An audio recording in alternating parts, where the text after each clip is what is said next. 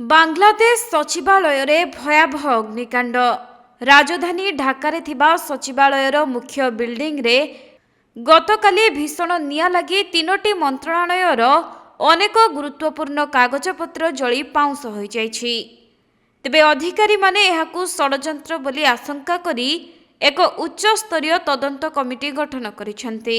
मिलिथिबा सूचना अनुसार सचिवालयर 7 number building रे एही अग्निकांड घटिथिला एवं नियाकु काबू करिबा पई पाखापाखी 6 घंटा समय लागिथिला। अधिकारी माने कहिसेंति जे गुरुवार सकाळे उच्च अट्टालिकारे थिबा मंत्रणालय भितरे निया लागि जाइथिला, किंतु सौभाग्यवशतः कौनसी जीवनहानि होई नाही। निया लागिबा विषय रे खबर पाई अग्निशम बाहिनीर टीम सेठारे पहुंची संगे संगे निया लिभा कार्यक्रम रे नियोजित होइथिले। आउ 6 घंटार परिश्रम परे नियाकु आयत्त करा जाइथिले भी अग्निकांड जोगु बिल्डिंग रे विद्युत काट करि दिया जाइथिबारु अन्य मंत्रणालयर कार्य मध्य ठप होई पड़िछि।